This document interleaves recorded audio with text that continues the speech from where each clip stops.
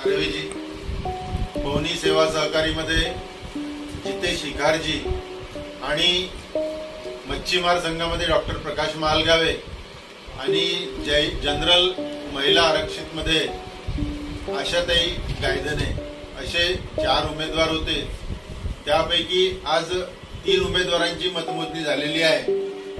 चौथ्या जे उमेदवार आहेत आशाताई गायधने, त्यांची माननीय उच्च न्यायालयाच्या आदेशानुसार उद्या 29 तारखेला माननीय उच्च न्यायालय जो निर्णय देईल त्यानंतर त्याची मतमोजणी होणार आहे। परंतु 3 पैकी आमचे 1 उमेदवार निवडून आले आणि 2 उमेदवार ज्यामध्ये पवनी सेवा सहकारी मध्ये जितेशजी इखार आणि मच्छीमार मध्ये डॉक्टर प्रकाशजी मालगावे, हे आमच्या युतीमधीलच घटक पक्षांच्या विश्वासघाताने आणि घातपाती कारवायांमुळे 3 मताच्या फरकाने आमचे दोन्ही उमेदवार हारले।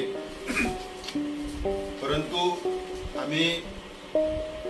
आम्हाला ज्या मतदारांनी मतदान केलं त्यांचं आम्ही स्वागत करतो आणि हा निर्णय आणि निकाल आम्हाला मान्य आहे।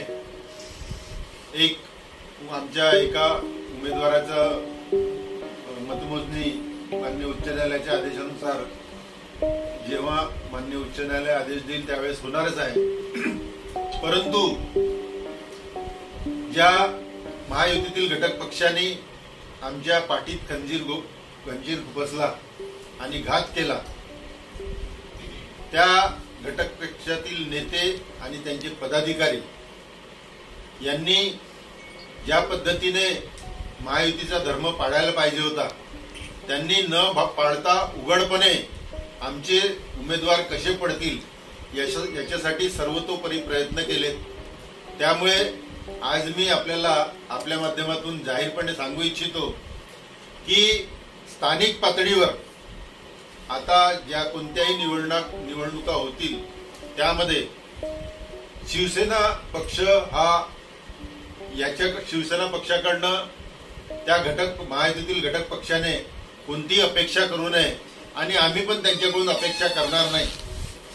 आणि ज्या पदाधिकारी आणि नेत्यांनी आमच्यासोबत घात केला, आमचा विश्वासघात केला, त्यांचे सर्व पुरावे आमच्याकडे आहेत आणि लवकरच आम्ही ते जाहीर सुद्धा करणार आहोत। आणि या संबंधी भंडारा जिल्हा शिवसेनातर्फे आम्ही ठराव पारित करून माननीय उपमुख्यमंत्री आणि उपमुख्यमंत्री महोदय यांना सुद्धा याबाबत अवगत करणार आहोत। आणि एकंदरीत जो प्रकार झाला हा महायुतीमधील घटक पक्षांना सोबत न घेता महायुतीतीलच आपल्या सहकारी मित्र पक्षाचे उमेदवार कसे पाडायचे हा अत्यंत वेदनादायी आणि दुःखद आहे। त्याच्यामुळे आज आपल्या सर्वांशी आपल्या माध्यमातून आम्ही हे माहिती सांगू इच्छितो। त्याकरता आपण सर्व या ठिकाणी आला आहात त्याबद्दल आपले सगळ्यांचे अभिनंदन आणि आभार मानतो। कोण आहे ते जागाबटका करणारे, काय आहे नाव?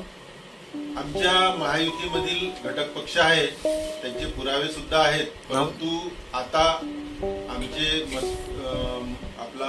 मत्स्य मध्ये जे उमेदवार होते ते या ठिकाणी हजर नाही आहेत आणि बाकी दुसरे उमेदवार पण हजर नसल्यामुळे आम्ही सध्या नाव जाहीर करणार नाही। परंतु नक्कीच येत्या काळामध्ये आम्ही लवकरच त्या नेत्यांचे पदाधिकाऱ्यांचे नाव जाहीर करू आणि त्याबद्दल आपणास अवगत सुद्धा करू। महायुतीत 3 पक्ष आहेत, त्यांच्या निर्णयामध्ये आम्ही सामील आहोत हे सुद्धा आपल्या माध्यमातून मी सांगू इच्छितो। राष्ट्रवादीला पाठिंबा आहे, तुमचे म्हणजे दुःख कोणाकडून आहे तुम्हाला जास्त? महायुतीमध्ये जे मला माहित नाही त्याच्याबद्दल मतदार आपण मतदार असाल सांगू शकता, पण मी मतदारही नाही आणि उमेदवारही नाही। त्याच्यामुळे मी ज्या हिशोबाने प्रक्रिया सुरू होत्या पैशाची देवाणघेवाण 2 लाखापर्यंत 5 लाखापर्यंत तुमच्या पवनीला 4 लाखापर्यंत रेडी होऊ शकते। तुम्ही थोडं वाढवले असते तर तुमचे निवडून आले असते, अरे परत जास्त नाही। तुम्ही जे पुरावे आहे ते जे आहे म्हणताय तर ते म्हणजे पक्षश्रेष्ठींना तिकडे दाखवणार? पक्षश्रेष्ठींना आणि ठराव घेतल्यानंतर त्यामध्ये नमूद करून आम्ही ते पक्षश्रेष्ठींना आम्ही पाठवणार आहोत. माननीय मुख्यमंत्री महोदयांना सुद्धा पाठवणार आहोत आणि माननीय उपमुख्यमंत्री महोदयांना सुद्धा पाठवणार आहोत. दगा केला म्हणजे काय केलं? दगा केला म्हणजे महायुती म्हणून आम्ही जे तिन्ही पक्ष घटक पक्ष लढलो त्याच्यात आम्ही त्यांच्या उमेदवारांसाठी मतं मागितली, आमची स्वतःची मतं दिली, आम्ही फिरलो सुद्धा. परंतु त्या एका घटक पक्षाने आमच्यासोबत फिरणंही टाळलं आणि ऐनवेळी आमचे जे उमेदवार पडले ते 3-3 मताच्या फरकाने पडले. त्यातल्या एका नेत्याने 5 मतदार सकाळी जो उमेदवार होता आमचा त्याला भ्रमणध्वनीद्वारे कॉल करून स्वतः सांगितलं की हे लोक येत आहेत आणि असं आहे आणि तिथंच त्यांनी तो घात केला. तसंच पवनीमध्ये आमचे 3 मतदार वेळेवर पळवून नेले.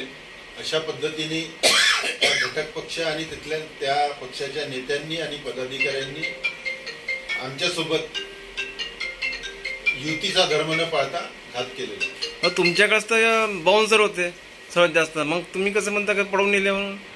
आम्ही स्वतः बघितलं. नाही यांच्या लोकांनी बाउन्सरच्या सुरक्षेमध्ये आणि आपले उमेदवार आणले, मतदार आणले. बाउन्सर वगैरे आमच्याकडे नव्हते. जे बाउन्सर घेऊन फिरत होते ते कोण फिरत होते तुम्हाला माहित आहे. परंतु आमचा भंडारा सेवा संघामध्ये भंडारा सहकारी सेवा मधला उमेदवार निवडून आला. बाकी मच्छीमार आणि पवनीमध्ये आमच्याकडे संख्याबळ असताना सुद्धा वेळेवर आमच्यासोबत दगाफटका झाला. त्याच्यामुळे ती व्यथा आपल्यासमोर मांडण्यासाठी आम्ही आलो आणि ती आपण व्यथा आमची आपल्या माध्यमातून मांडावी ही शिवसेना पक्षातर्फे मी आपल्याला विनंती करतो. नाही, विधानसभेच्या एवढ्या मोठ्या निवडणुकीमध्ये त्या घटक पक्षाच्या नेत्यांनी पदाधिकाऱ्यांनी युती धर्म पाळला नाही. त्यामुळे मी आपल्याला प्रामाणिकपणे सांगतो की स्थानिक पातळीवर ज्या निवडणुका होतात, जे निर्णय स्थानिक पातळीवर घेतले जातात, त्यामध्ये आम्ही खंबीरपणे आत्मविश्वासाने सांगतो की त्यांनी आमच्याकडून अपेक्षा करू नये आणि आमच्याकडूनही त्यांना अपेक्षा राहू नये. म्हणजे काय? म्हणजे तुम्ही युतीत राहणार, पण काम करणार नाही. आम्ही स्थानिक पातळीवर बोलत आहोत. स्थानिक पातळीवरच स्थानिक पातळीवर झाल्यावर तुम्हाला युतीमध्ये राज लागेल. स्थानिक पातळीवर नाही, स्थानिक पातळीवर आम्ही स्थानिक स्वराज्य संस्थांच्या निवडणुका असो त्यामध्ये निर्णय घेतलाय की त्यांनी आमच्याकडून मदतीची अपेक्षा करू नये. आम्ही सुद्धा त्यांच्या मदतीची अपेक्षा सोडलेली आहे. इतकं स्पष्ट मी तुम्हाला बोलतो. पक्षश्रेष्ठीने जरी युती केली तरी त्याला तुम्ही मानणार नाही असं स्पष्ट आहे ना. पक्षश्रेष्ठींना आम्ही आमचा ठराव आधीच पाठवत आहोत. त्याच्यामुळे त्याच्यावर पक्षश्रेष्ठी निर्णय घेतील. त्यानंतर त्याला कसं सामोरं जायचं ते आम्ही ठरवू.